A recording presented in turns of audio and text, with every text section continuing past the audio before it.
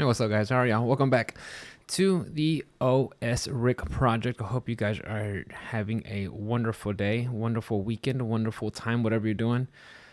I'm on vacation. This is the first day, Monday. So by the time you hear it, I might be near the end of vacation. We'll see what's up. But I'm just chilling, relaxing. Had a good weekend. I'm just doing the same of that. Doing stuff around the house, playing some video games, catching up on some TV shows. I think I told you guys, but I finished Stranger Things season 4. I enjoyed it. There were some parts where I was just like, okay, all right, but it's fine. It was a good show to watch and enjoy. So I started watching. I picked up on the Sandman. My wife, Mikhail, she saw it. She told me it was good to check it out. One of my customers who works at a comic book shop, I talked to him briefly about shows I've been watching, and he also suggested the Sandman. So I've been watching that. I'm up to 4 episodes, I believe, 5 episodes, and I'm liking the style. So when I saw that it was written by Neil Gaiman, I was like, okay, I didn't recognize the name at first. And then Mikkel told me, she's like, oh, he's also did American Gods. Oh, okay. So if you guys have seen that show before, I believe it was on Stars or Encore or one of those. But that was a really cool show. I enjoyed that one a lot, at least for the first season. So I haven't read the books or watched season 2, but when I saw that it was a Neil Gaiman work, I was like super excited. So I've been watching that, and so far I've been enjoying it too. It's pretty cool. It's a good take on the whole that sort of, with the muses and the spirits and some deities and stuff like that. I'm enjoying it. So and it's on Netflix, so I'm sure you guys have probably seen that the commercials for it too. So I would say give it a shot. What do we get into first, guys? What What I've been playing? Oh yeah, we'll start off with what I've been playing. That's a good segue. I've been playing Live Alive, which is a fun turn-based RPG. You guys probably heard me talk about it. I was a little. I've only played 2 scenarios. Apparently, it's where I want to say Team Asano, the guys who made Octopath Traveler, got inspiration to make Octopath Traveler, because it's somewhat in that vein where in Octo you'd have 8 different heroes and heroines, and you would start as one and you rotate and go to the other, and you go around and you recruit, and then you go to their next chapter and their next chapter, and then eventually the stories kind of come together intertwined, and it's a fun game, by the way. So I you like JRPGs. So Live Alive is somewhere similar to that, where instead of all the heroes and heroines coming together, they are all in a different time era. One's a caveman, one's in modern day, one's in the near future, one's in the far future, one's in feudal Japan.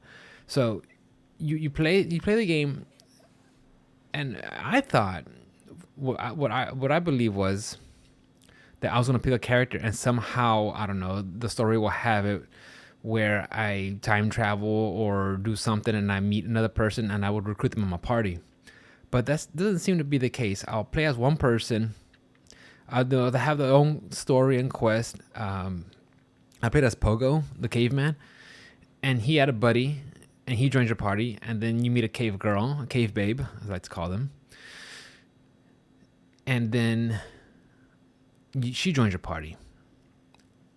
And I was like, okay, that's fine. And then you go around, you complete the scenario, which took about roughly a little bit over an hour, give or take. So you do that, and then the credits roll, and then you go to the next person, and apparently they have at least 2 chapters. So I was thinking you'll start as one person, and then you'll form a party with everybody else. But it seems like they're each individual stories or playthroughs, and then maybe the story kind of bridges them together. I don't know. And then the battle is So you move like it's on a grid system, and different moves have different grids. Like one, it only affects the 8 boxes around you, or some moves only hit the 4 corner boxes, or some moves have a diagonal line that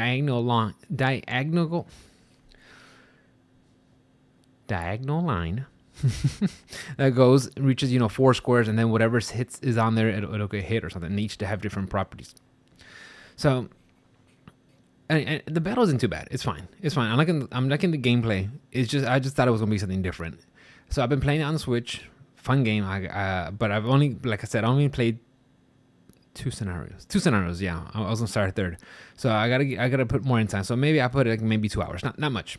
But I'll be on vacation, and that's something. It's a good game. It's a great game to play on the Nintendo Switch when you're just laying down and relaxing, about to go to bed or something, because it's not super difficult, and it looks, and that 2.5D sprites. I'm sure you guys have probably seen it. I've noticed it with the release of Octopath, where it looks very like the old school 90s pixelated art, but they have it like in HD, so it's really it looks really nice and real pretty, and it just really works. And you guys know me. I am a big fan of pixelated art, so take it as you will. I know some people don't like that, but me personally, I think that ages really, really well compared to some other stuff. Because if you go back and you look at some PS1 games, some Nintendo 64 games, you look at the graphics compared to the Super Nintendo or Sega Genesis, Nintendo era, those days, in my opinion, the pixelated art just ages a lot better.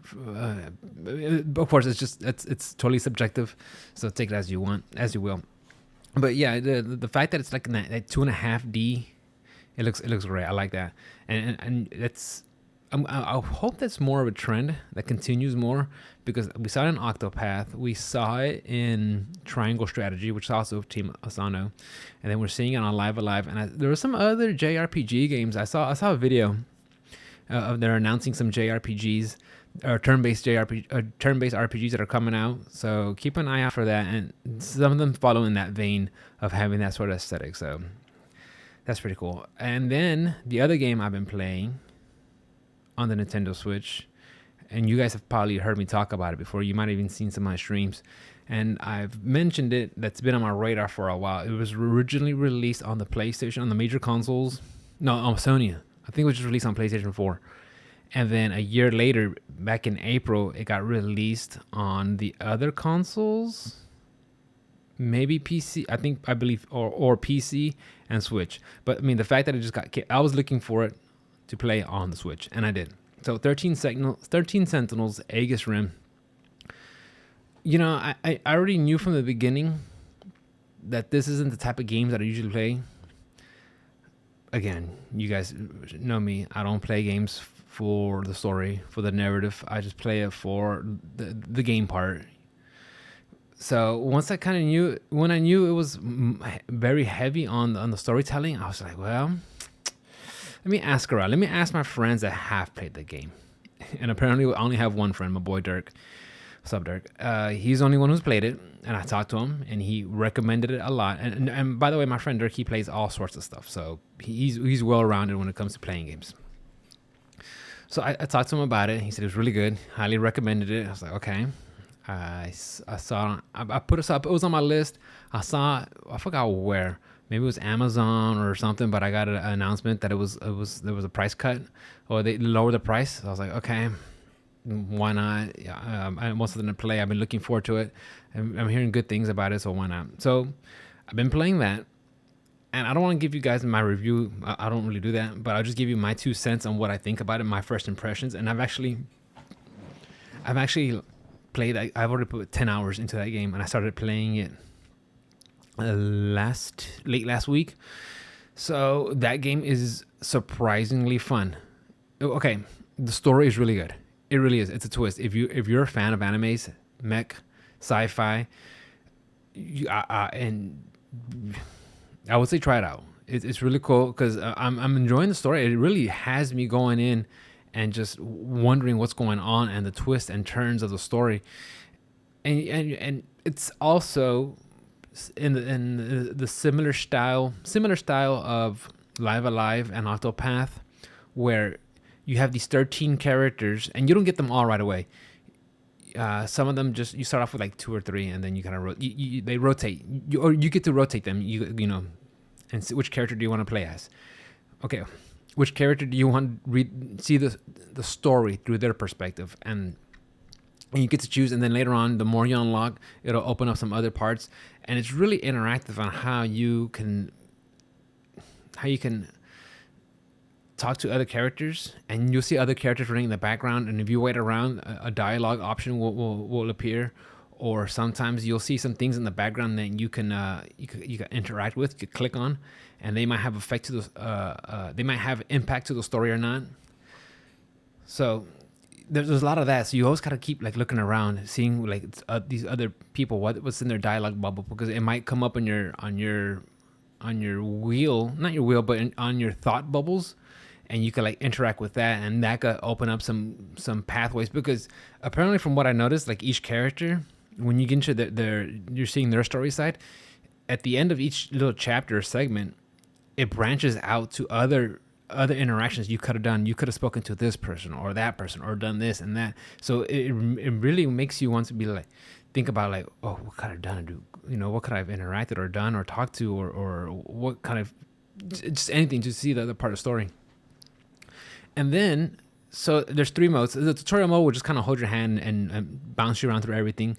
And then once you get past the tutorial mode, and along the way there's combat also, guys. And when you're doing combat, it's interactive enough that you want to play it, but it's not something where it's gonna like turn you off. At least not for me, because you're controlling these mechs, and it just shows like a very basic kind of like highlighted grid system, and just little avatars to represent your mechs, and it just looks all digitalized, like you're in a Tron game or something.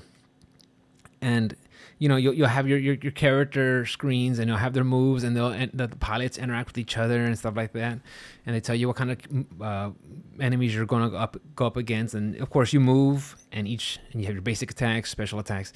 Anyways, you don't always have to do the combat. The combat you have to do just some. And you can set it down to easy, normal, or difficult, depending on what challenge you want. And from what I've noticed, you can only, if you want to do the battles just enough so you can unlock some of the story parts, you can. It's not very difficult. It is a challenge, but not something that's going to just turn you off. It shouldn't. So, and then like I said, you don't have to constantly do a story. You want to do some story and then take a little break from the story and do some battle parts. Cool. And they don't last too long, maybe 5-10 minutes, 15 minutes at tops.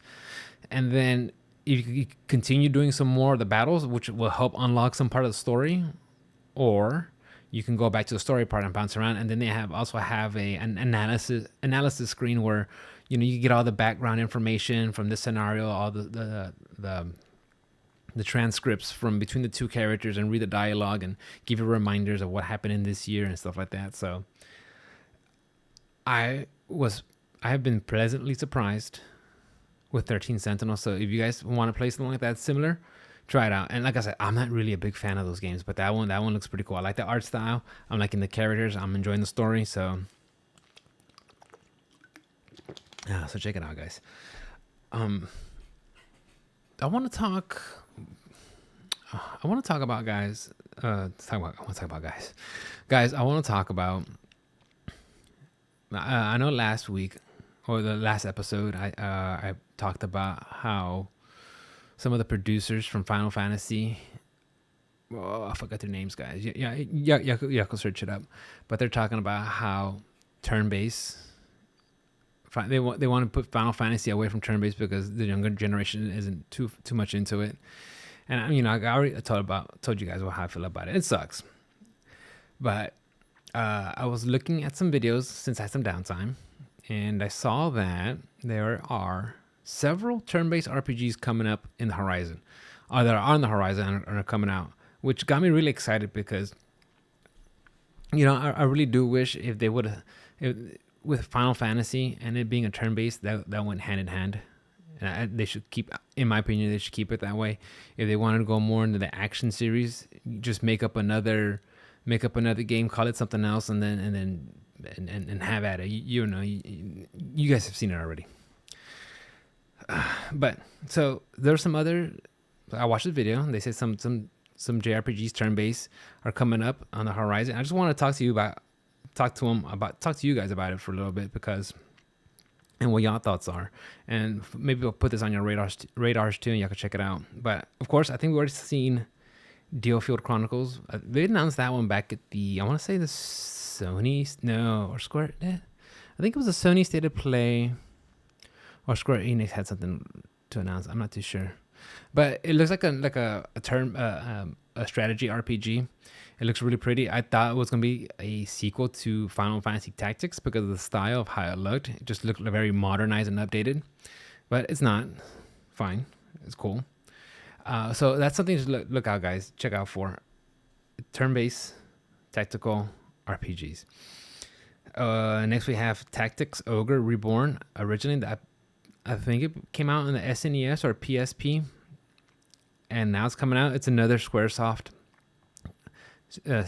strategy RPG that is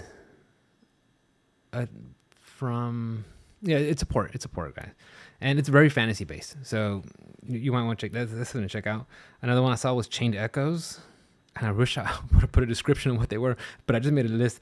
Chained Echoes, Sea of Stars, and the most anime name I've seen in a long time, Monochrome Mobius, Right and Wrong, Forgotten.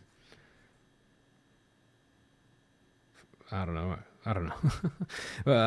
But yeah, so I saw these guys on YouTube, and I was just like, okay. So even though Square Enix is going away from wanting to call it Final Fantasy and thinking the turn base isn't there's still developers that still like the genre. There's still stuff out there for us. So it is what it is. I would wish Final Fantasy would stay with it. Keep Final Fantasy as that, but you have to change. And I'm all down for change if it works. But after a while, if it doesn't work, just I don't know. Actually, I don't know, guys. I don't know. Final Fantasy, just stick with Final Fantasy. Stay with what's been. Another game I've been looking out for, guys, is Soul Hackers 2. And that one, it's been on my radar for a while. I think when I believe Atlus had an announcement a couple of months ago, and that's when I first saw it, and it was gonna be released in August, so it's around the corner soon. But so when I saw the trailer, I noticed all the art very similar to an Atlus game. Okay, I see it. I mean, between what Atlus has, as in Persona, Shin Megami Tensei, and the Soul Hackers. When you look at the art, okay, it looks you can see it. And then even some of the enemies that they showed during the promo on the commercial, you could see that you have crossover with other creatures. I think I saw Cerberus running, and you'll know the character, the demon, because you probably recruited them or went up against them. So seeing Soul Hackers, at first I thought it was going to be similar to some of the, because I was talking to my buddy Bruce about it, but some of the Shin Megami Tensei games, the old school ones, like in the 90s, they were like first person, and there were some other Atlus games that are from that are in the ShenTen universe that are first person dungeon crawlers. And honestly, when I saw that, I was kind of turned off about it. I didn't want to play that way. And I know it's kind of just, the aesthetics shouldn't matter, but that's something it doesn't look cool to me. I like when I get to see my character do their attacks and animations and stuff like that, and the third person view. I prefer that. But then I saw that it will be in third person, and you'll have your party members, and then demon. I'm sure it's gonna borrow a lot from Shin Megami Tensei. Some of the elements, maybe you have some negotiations. You could recruit some demons and then fuse them together. And it's also like in Persona. So I hope there's some of that in there, because when I played Shin Megami Tensei 5 on the Switch last year, I was kind of hesitant that I didn't know how I was going to feel about wanting to go collect all the demons and then fuse them together and get different abilities.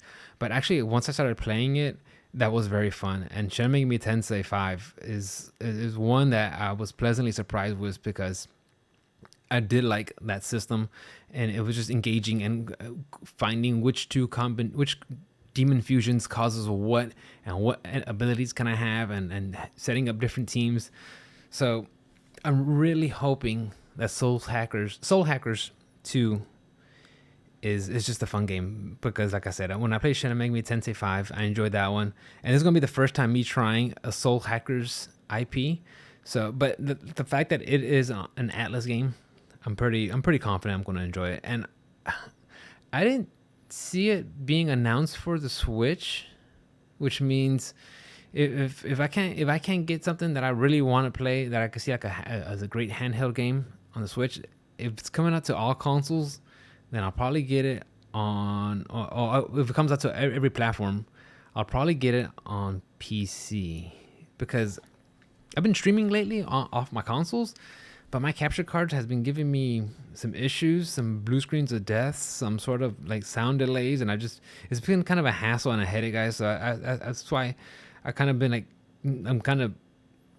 I've been putting off doing some console streaming, because it just, I don't like it. And I gotta fix it. I gotta sort it out. And I'm trying, and I'm looking for things, but sometimes it becomes super difficult.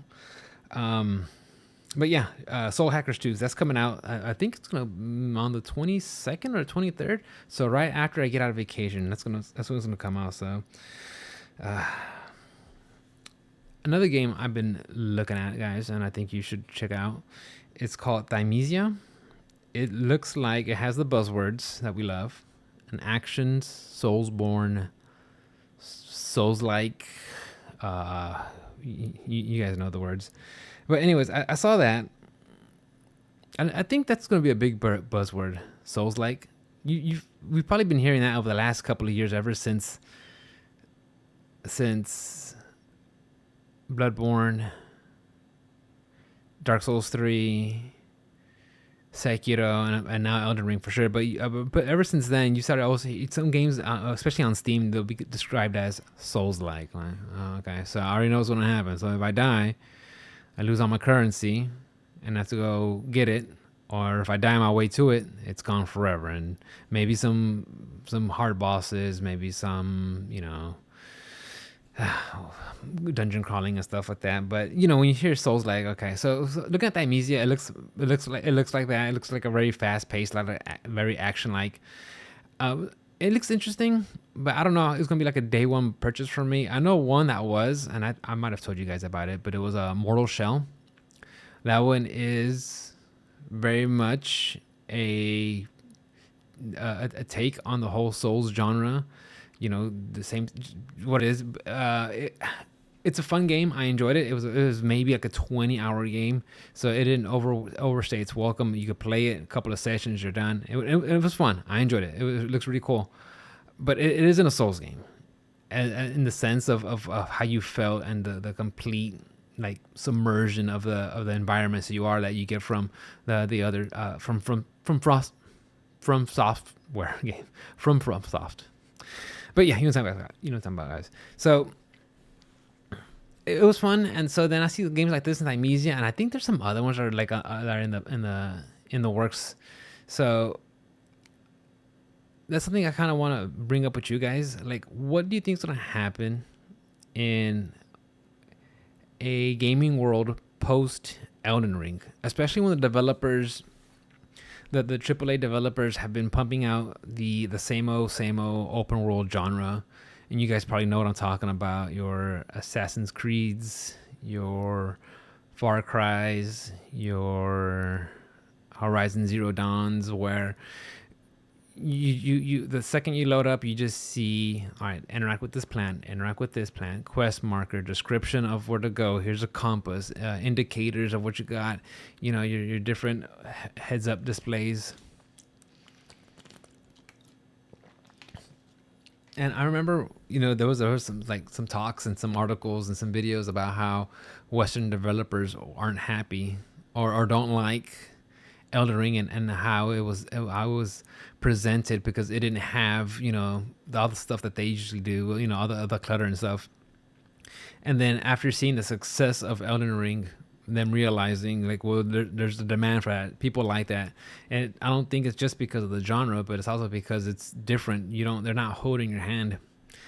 And I'm curious now that Elden Ring has made its presence, which is going to be, I'm calling it here, guys. It's going to be 2022's game of the year, for sure. When you see the Game Awards in December, it's going to be this one. I mean, honestly, what do you think is going to take it? Ragnarok? I mean, Ragnarok is going to be a great game. There's no doubt about it. But I don't think it's going to be as a cultural shift or presence that Elden Ring was, because that got everybody talking. That got social media buzzed. That got just made so much content. I mean, you could look at you could look at some videos online where they talk about how just the Google searches during Elden Ring was just insane numbers, and how many people were watching that game. So there's something about that. So, and I really feel like although when God of War comes out, God of War Ragnarok gets released, that yeah, it's gonna be a great game, but I don't think it's not gonna be something revolutionary, or I won't say revolutionary, not have as an impact, not much of an impact as Elden Ring did, because I mean that one, you guys saw it, so we'll see. But I'm calling it here, guys. I think Elden Ring is this year's game for sure, hands down. So I wonder what's gonna happen after that. You think Ubisoft's gonna take a page back and be like, well, it turns out some players don't like their hand? No, that ain't Ubisoft. They've been in their ways for so long. I doubt it. They'll have experience potions so you could like level up faster. Or I mean, like, you would hope with the release of Elden Ring and how much success it had, that the other developers would realize, you know what, maybe we should change it up. Try something different. Don't have to do the same thing, because honestly, if you just take a screenshot of all the games, you remove the main character out the way so you don't know who it is, and you just look at it, you'd be like, oh yeah, this is all the same thing. That's why I just couldn't get into Ghost of Tsushima. I was playing it, and I was like, man, this feels like just any other open world I played recently. I was like, okay. So I'm just hoping with the success of Elden Ring that it'll open up some eyes and change the way of thinking, for sure, because it's just it gets old. Moving on, guys. What do we want to talk about? Oh, I did want to talk about multiverses. When it first came out, everybody was talking about, oh, look at all the numbers it has. It's great. It's killing. It's breaking records. Like, okay, yeah, it's a brand new game, free to play. And then someone on Twitter posted, oh, look at the numbers now. They've gone down 2/3 of what they were. I mean, and the thing is, but that tweet was just about showing you that, just what a chart shows you at any given time. It doesn't matter how good the game's going to be. It just shows you just waves of people that play off and on at any given time. So, because that's just something I saw I'm guessing people from the multiverse community or fans or something, they were just showing pictures of how many players were playing at any time. Like, okay, we get it. I mean, you're going to get blown out the water with Project L. So, I mean, enjoy that. So, I noticed that when people were talking about, I've been looking around here and there, get some reviews, watch some review videos to see what people talk about and stuff like that. And I'm not sold on it. I don't care for it. I'm not interested. If I'm going to play a brawler type Smash game, it'll be the OG Smash itself. That's just me personally. You guys want to play the other brawler style types, by all means, knock yourself out. So I noticed that. So they had the high numbers and everything, but I saw that you have to sign an account, make an account with WB to get on there. And how do you guys feel about that? I think that's the main point I wanted to take out of this, was to take from this, is that a lot of these companies that have their own launchers, I've noticed they have, to play our game, you need to create an account and log in, use our launcher. I don't know how you guys are, but me personally, I like to be minimalistic when it comes to stuff like that on my my desktop or whatever.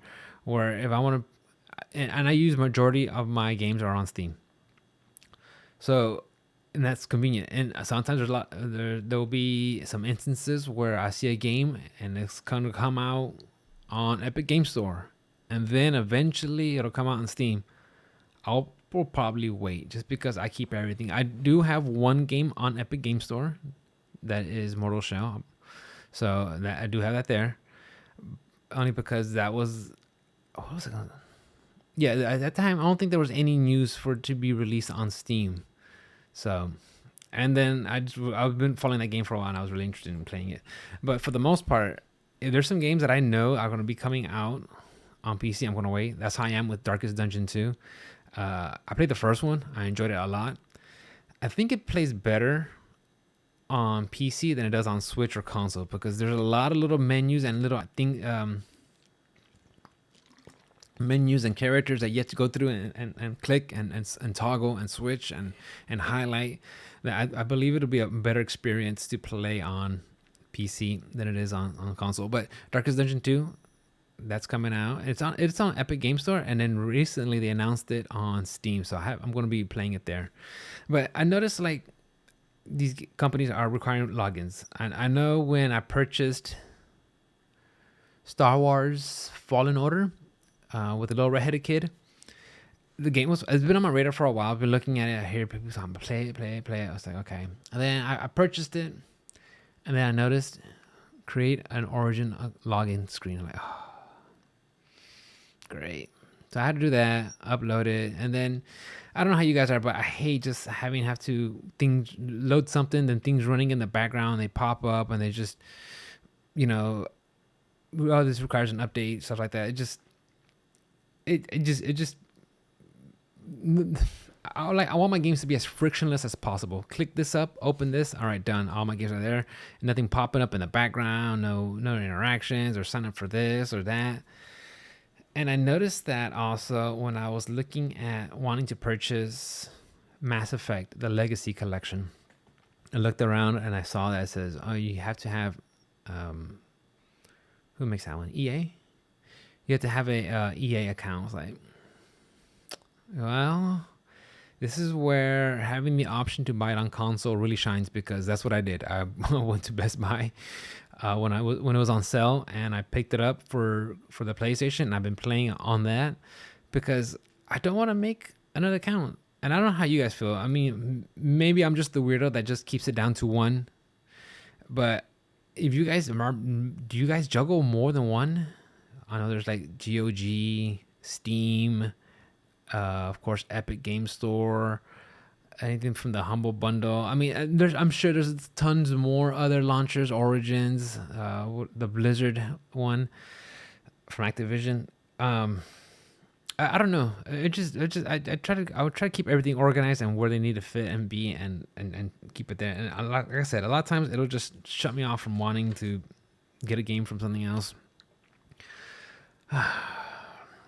So I want to talk about. Hold on. Oh, you know what I forgot to mention because it came out late last week. It actually came out on the. When did it come out? It came out on the 3rd, and I forgot. I think it slipped in between podcasts. But I wanted to talk about. Hopefully, I didn't talk about it. Yeah, that we got some more. We got some Pokemon news recently.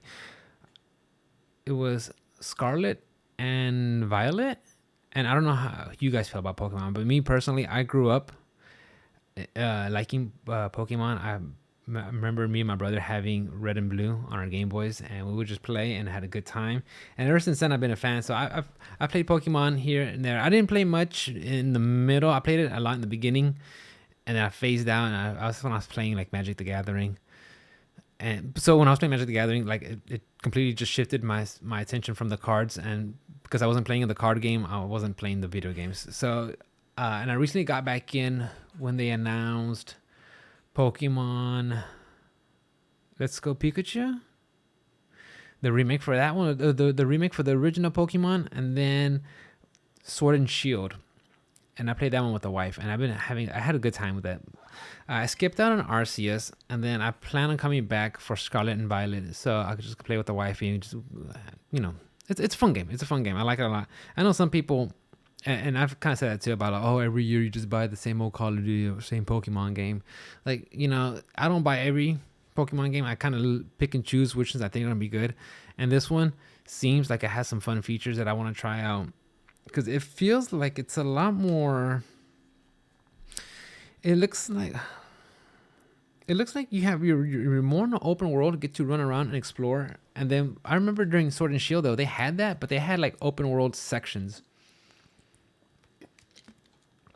Excuse me, guys. They would have like certain zones that were open and you could really go around and explore and stuff. But there wasn't on there too much that had the true sense of exploration. I didn't see. I think I got spoiled recently with Elden Ring because on there you go walk around and you'll find a cave, and that cave leads to something, and that cave leads to another underground crypt, which leads to another. I mean, it doesn't happen all the time in Elden Ring, but it happens a lot on there where you get really rewarded you can really get rewarded for exploring. On the Pokemon Sword and Shield, the exploration part, it was kind of lackluster. It was very basic. I understand. The target for those games are a younger crowd. Not for me. It's not my age demographic. So I know they try to keep things simple. But and I'm not wanting Pokemon Give Me a challenge to be, to focus on the exploration and dungeon crawling. I still want it to be about the animals.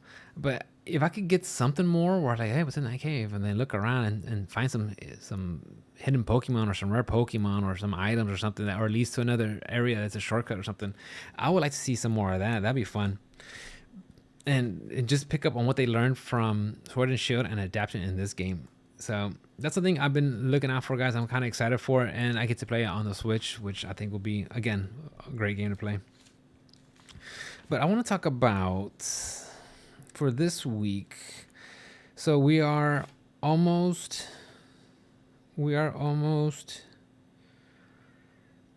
past halfway through the year. And I know sometimes when you guys get with your friends and you're hanging out and you're probably thinking about, man, what came out this year? Well, look, games come and go fast. The second something gets released, there's people trying to play it as fast as they can and then move on to the next game, or they're just adding to their backlog. But it takes a long time for these games to be made, and it's very quick, easy for us to get in there and consume it and to go through it. So, and then when you move on to the next game, and you kind of start forgetting of what you played before. It just kind of just blurs into the background. But I want to talk about some of the major releases that came out this year and just touch up on it. So God of War 2018, it came out on PC. I was like, I totally forgot that this came out.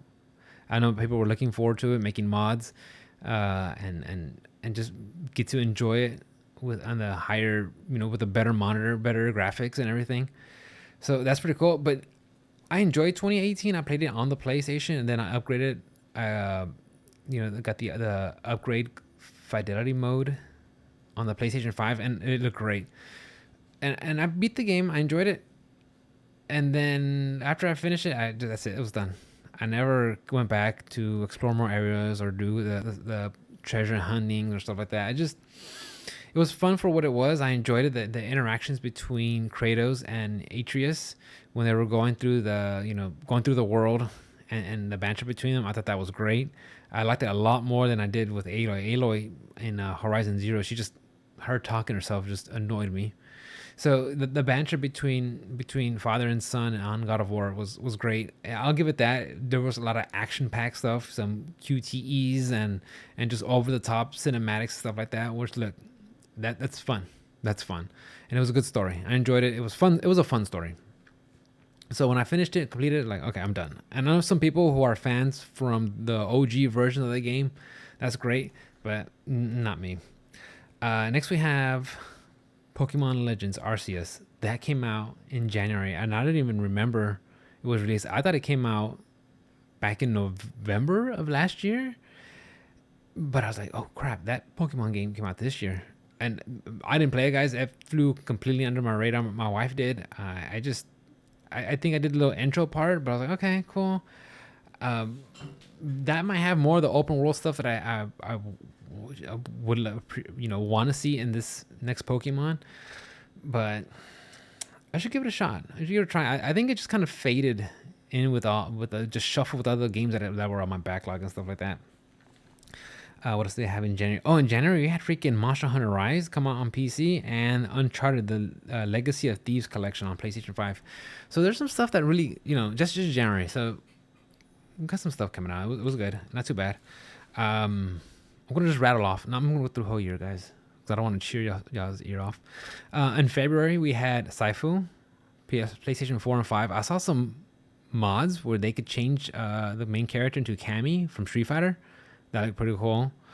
We had the Kingdom Heart collection on Nintendo Switch via cloud. And the thing is, I'm not a fan of Kingdom Hearts, but if I could have played that, if I had the option to play that on the Nintendo Switch, I would. I think that would be a great Switch game to play. And when I see that they're doing just cloud versions of the game, it just doesn't make sense to me. It's like these games came out, I want to say PS2 era. I mean, there's no way they can't figure out how to port a game from that console onto the Nintendo Switch. It doesn't make sense to me. And you figured that'd be easy cash cow, especially since it's been out since the PlayStation 2 days. You have a whole new set of younger generation of gamers that have access to Switch or other consoles, and that they should. I think there's a PlayStation 4 collection. Okay, I take that back. There's a PlayStation 4, but yeah, bring on the Switch though. I don't know why they don't do that. Lost Ark. Do you guys remember that one? It was that Korean pay-to-win game, and it got published by Amazon Games, and they brought it over. I think that game I think people realized, no, that's true. I think that's the MO for Korean games. So I think you guys might have heard there's some other Korean games on the horizon coming over. Google it, and I saw some videos where they talk about how it's possible. Like I think there's an MMO coming, and how they do monetization on that stuff. It's kind of gross. So it was a Korean game, and you guys know what you're getting yourself into. Horizon Forbidden West, that came out, which is funny. I know some people are like, I don't know what came out, like Horizon, like one of the biggest Sony titles. Oh my god, when it came out in 2017, like right before Breath of the Wild. And then within the week of after, for a week after Forbidden West, we have Elden Ring, a little game you guys have been hearing me talk about. That came out. That's a blast. Still is a blast. I'm still playing that one. I loved it so much I bought another copy for the PlayStation 5. Destiny 2, The Taken Queen came out. Anybody still playing that? No? Maybe my boy Jackal? I don't know. And then as a fighting game fan, King of Fighters 15. I wasn't going to buy this game, but at that last minute, I saw my online buddies talk about it. I was like, well, I like fighting games. I could just buy the base version. And I did. I haven't yet to buy any DLC, and I haven't gone back and played the game after some issues with the lobbies. But I hear the matchmaking's a lot better, and they got some updates. I talked about it back in Evo. And King of Fighters 15 came out. So that's February. February was pretty good. In March, Babylon Fall. That's one of those Square Enix games that just came out that try to be too much Western influenced, and it just not good. Wait, is it Babylon's Fall? That was it? No, Babylon's. I gotta look up. I have to check that one out, guys. I might be wrong on that one. I think that was Platinum Games. Yeah, Babylon's Fall. Well, I believe it's Platinum. Grand Theft Gran Turismo 7 that came out. Triangle Strategy. It was a fun. You like SRPGs? That's a fun one. It's on the Switch. Grand Theft Auto 5 that came out for the current gens. Again, I don't even know, guys. at this time. I don't know. Persona 4 Arena Ultimax, the fighting game, which just recently got rollback. Guys, come on. Stranger of Paradise, the Final Fantasy game. I don't know. That game came and just went. Ghostwire Tokyo, same. I think that's another company where they try to. It's another Japanese company that maybe appeased to the West way too much, and it just did not. It was just like a Western game. Here's your icons. Here's where to go. Here's what you interact with. Here's the description of your quest. Go. Tiny Tina's Wonderland. I wanted to play that one.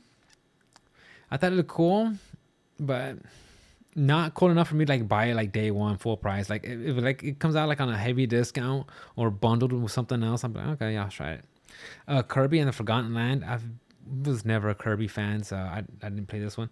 And then Death Stranding, director's cut on PC. When it comes to director's cut, when it comes to Death Stranding, it's one of those games where sometimes I really like it, and then sometimes I'm like, okay, this game's weird. And there's some times where like, man, this should have been a movie. And of course, it's Hideo Kojima. He's gonna be polarizing to some people. So, and just like that, his game is also. Some people love it. Some people are okay with it. Some people give it bad reviews. I mean, it's fine. That's their opinions. I honestly believe that it is a game that you should experience. It's unique. It's Kojima, and if you get a shot, try it out because. There's some. It's not the worst game ever, but it has some mechanics that maybe you're not into, but it pulls it off, and it does give you a challenge, and it's a fun game to play. So that one came out on PC, director's cut. I haven't gone back and played it. I played it once and I beat it, and I was done, which was weird. When I was younger, most of the Kojima games during the PS1 and 2 era, I mean, I have multiple replays, just trying to get different S ranks and stuff. What else did we have? Oh, on April we had MLB the Show. You guys are anybody play those? I don't. I have one friend that plays it, and that's it. I don't know that many people that play sports games on video games. I don't. 13 Sentinels, that one came out, but that's I just recently started playing that one. Lego Star Wars Skywalker Saga, that one got a lot of positive. A lot. It's Lego's game. And then Rogue Legacy 2 that came out. I know I saw Ruben playing. I played the first one. It was cool. I just never really got into it, which is weird because I do like roguelikes. But the only ones that I like is Enter the Gungeon, Dead Cells, Hades. Back in May, we saw Trek to Yomi. That one I thought was gonna get more. I thought I was gonna get more appraisal, more views, more tweets, more buzz, but it kind of just it's here. It's a side scroller, and it's done. I mean, it looked really cool. I just didn't draw me in. Evil Dead the game. I don't know. Dragon Quest Builders, they look cute, but no. And then Salt and Sacrifice, that's like another 2D Souls-like, very unique style. When you see it, you know it's their stuff. I think they did some other stuff also. I think they're called like Washing Machine or something. But check it out, Salt and Sacrifice. And then Sniper Elite 5, like again, Sniper Elite 5 is one of those games like I don't know anybody who plays that. And it could be just because I'm older. You know, maybe it's a game for the younger demographic. What else we got? Oh, back in June. So we're getting too recent now. June, we saw Diablo Immortal. And man, that game right there, dude. Every time I get on Reddit or anything, or open, see the YouTube videos that they suggest to me, they should show me how much money they made. The outrage that the monetization is, how bad it is, and people just spending an absurd amount of money on that, and it doesn't upset me, but it makes me think about it. It's like, really, this game, like the fans want a Diablo so bad that they're willing to put up with this. It's like at this point, just play Diablo 3 again. Or go pick up a copy of Resurrection. And if you've like gone through that and that's still not enough, like, I don't know, man. There has to be some other genres you could like check out that's in this stuff. But even then, even if you're that much of a fan of Diablo, how how could you like reward that company just to do stuff like that? And again, guys, look, I'm not here to tell you to spend your money, but think about it.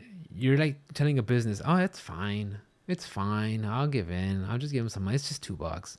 It's like, come on, guys, don't reward that kind of behavior, because you know what's gonna happen? They're gonna keep doing it more and more and more and more, and next thing you know, that just becomes the norm. And then you see, again, that one dude who spent like 100,000 USD just to like max out his characters. Like, bro, it's like, dude, you just bought yourself a one-way NFT. Think about it. All the little images and characters and emotes and capes and features and cosmetics is good. It's a nice little picture for that game on that platform. It's like, oh my God, dude. It's like, I don't know why would anybody would do that. And then it kind of gets me. I was so hyped for, and I still am kind of hyped for Diablo 4. But seeing how they did the monetization and how well it paid off, because I believe as like 2 weeks ago from this recording, they already gone up to, it surpassed 100 million. 100 is it 100 million? 100 million? Yeah, I think 100 million. No, it's 1 million. Maybe it's 1 million. I don't know. Yeah, I might be adding too many zeros, guys. I think it passed up 1 million already. Yeah. So that's just going to reinforce Activision-Blizzard to be like, yeah, this works. This is what they want. So I don't know if they're going to keep, when they see stuff like that, they're going to start adding more and more of the transactions in Diablo 4. I feel if it's like if it's a free game, okay, that makes sense. Yeah, I get it. Add some stuff, some cosmetic stuff. But Diablo being a full price game and then just adding stuff like that and then just finding ways to make more money. I get it. It is a business, but some of it just becomes gross when they start charging for every little thing that you can monetize. They will.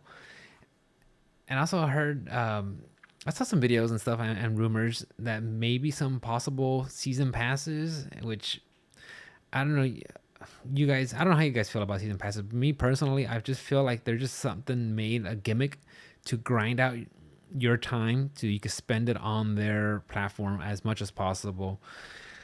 It feels like they dangle these carrots in front of you that you can possibly get, but when you look at the time it takes or the objectives that you need to complete to get it, it'll just be hours and hours and hours and just grinding that. Even though it looks close, they just kind of just keep putting stuff in your way just to keep you there. And I get it, they got to vie for your attention, but at the same time, it just feels like there's just so many things to do, and not just video games, but just things to do. Then doing that over and over and over, it's just, I really don't like that practice either.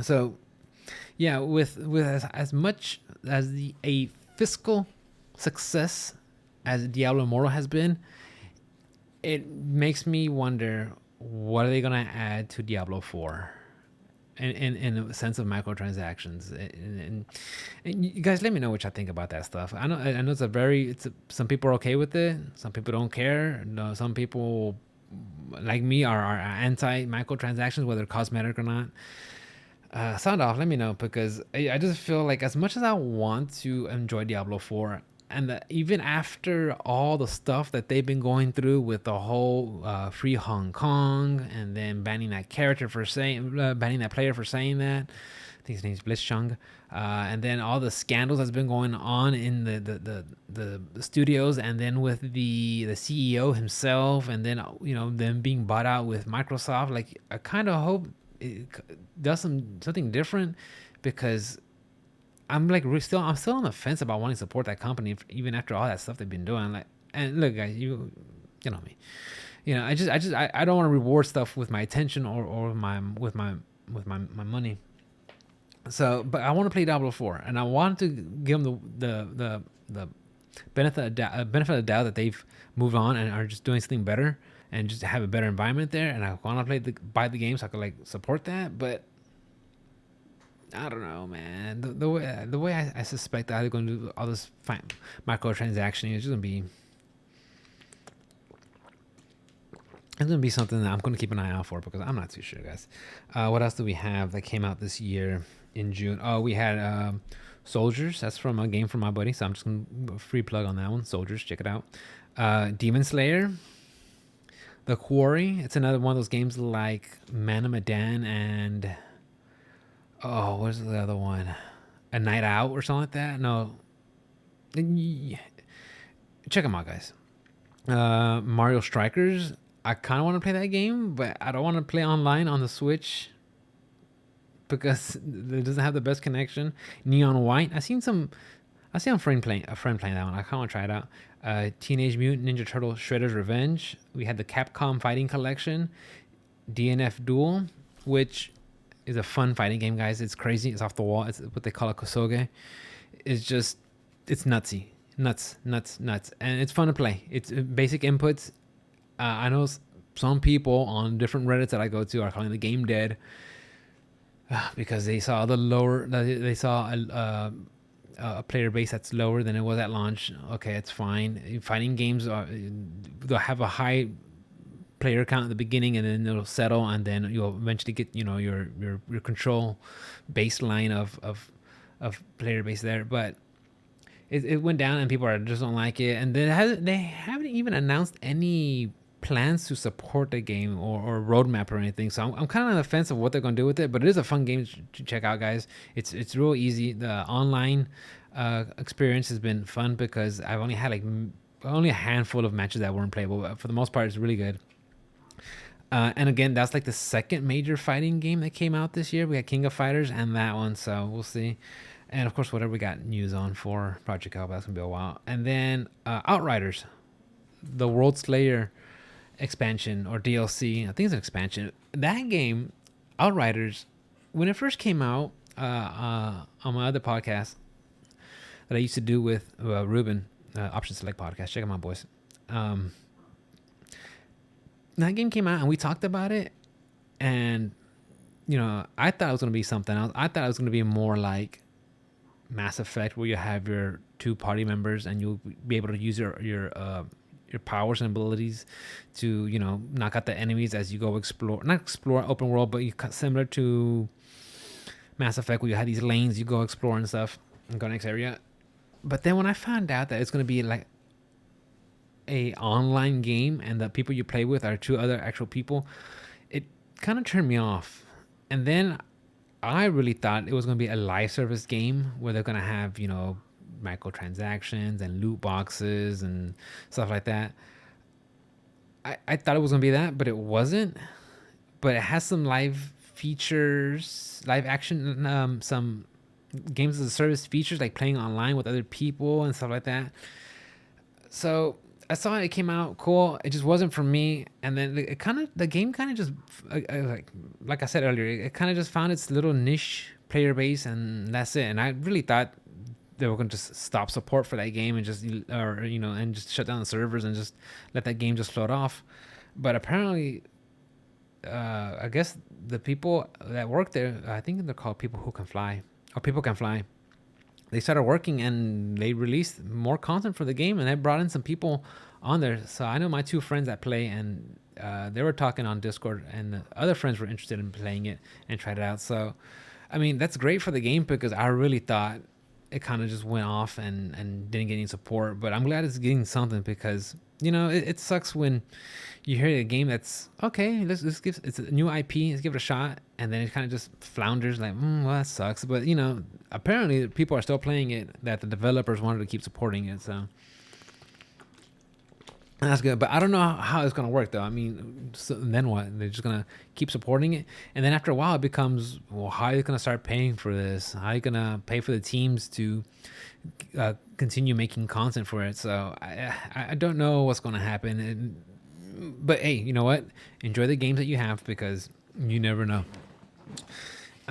See, I got some I got some other things, guys, that I want to talk about, but I'm going to save that for another podcast because we're already pushing 1 hour.